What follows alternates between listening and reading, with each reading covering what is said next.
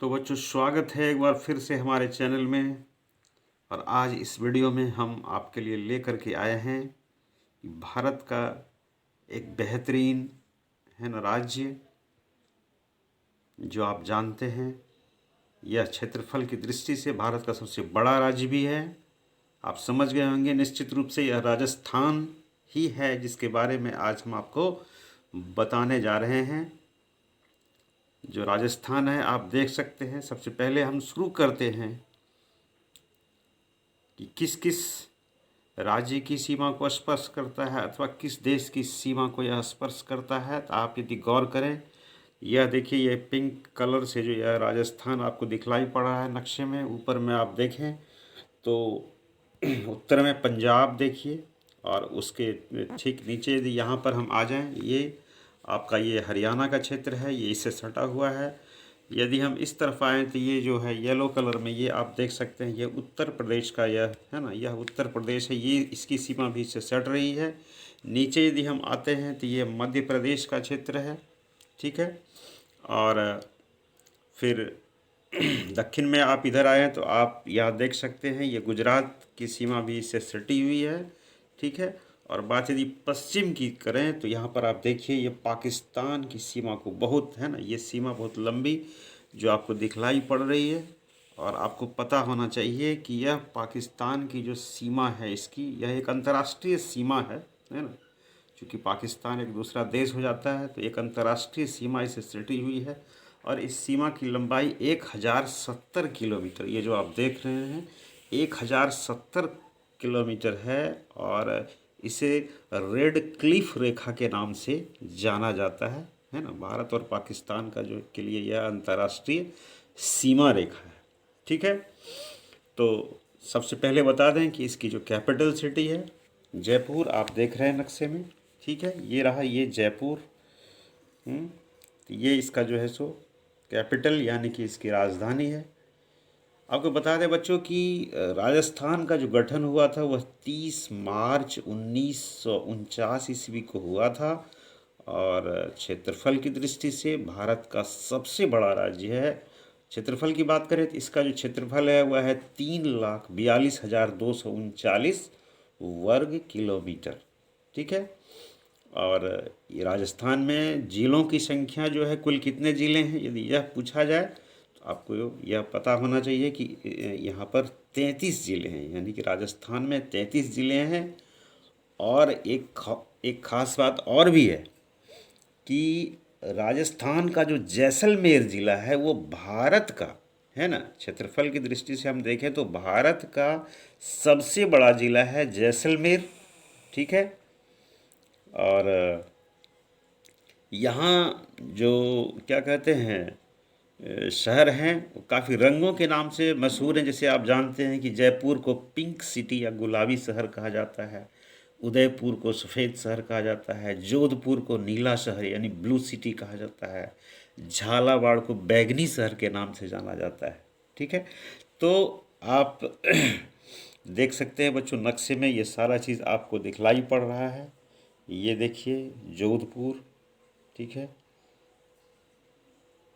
इधर यदि हम नीचे आ जाएं तो आप यहाँ नक्शे में आप इधर देख सकते हैं, ठीक है। ये झालावाड़ आपको यहाँ पर दिखलाई पड़ेगा बच्चों, ठीक है।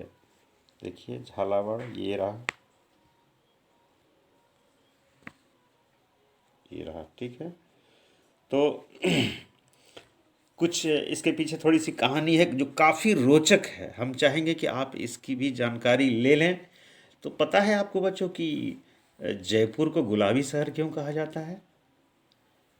तो आपको मालूम होना चाहिए कि जब 1876 ईस्वी में प्रिंस ऑफ वेल्स के आने की खबर मिली थी, तो यहाँ के जो राजा थे जयपुर के, नाम था सवाई मानसिंह।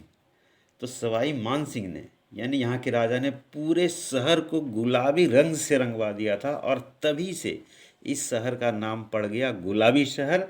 और इसको हम पिंक सिटी है ना, तभी से हम इसको जान रहे हैं। और जयपुर की एक खास बात है बच्चों कि जयपुर जो है पूरे भारत में यह सबसे सुरक्षित शहर माना जाता है। पता है क्यों?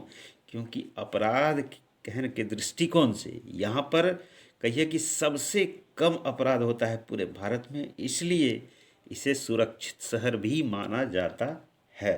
ठीक है। अच्छा, थोड़ी सी इसकी जानकारी ले लें कि उदयपुर को हम सफ़ेद है ना श्वेत शहर कहा जाता है। क्यों कहा जाता है? तो शहर के जो विभिन्न महल हैं बहुत है ना, ये संगमरमर से जो है सो बहुत सारे महल बने हुए हैं। तो यह जो सफ़ेद शहर इसलिए है क्योंकि यहाँ आश्चर्यजनक झीलें भी हैं और सुंदर संगमरमर की वास्तुकला का भी यहाँ पर प्रदर्शन है। उसी तरह से यदि आप झालावाड़ की बात करें तो इसको है ना, झालावाड़ में आप क्या देखेंगे कि बैगनी रंग में रंगे विभिन्न है ना क्षेत्र है, इस कारण से इसे बैगनी शहर के नाम से जाना जाता है। यदि हम जोधपुर की बात करें तो जोधपुर को ब्लू सिटी या नीला घर कहा जाता है। इसके पीछे भी बहुत रोचक कहानी है, पता है क्या? क्योंकि यहाँ के ज़्यादातर घर नील से पुते रहते हैं, है ना।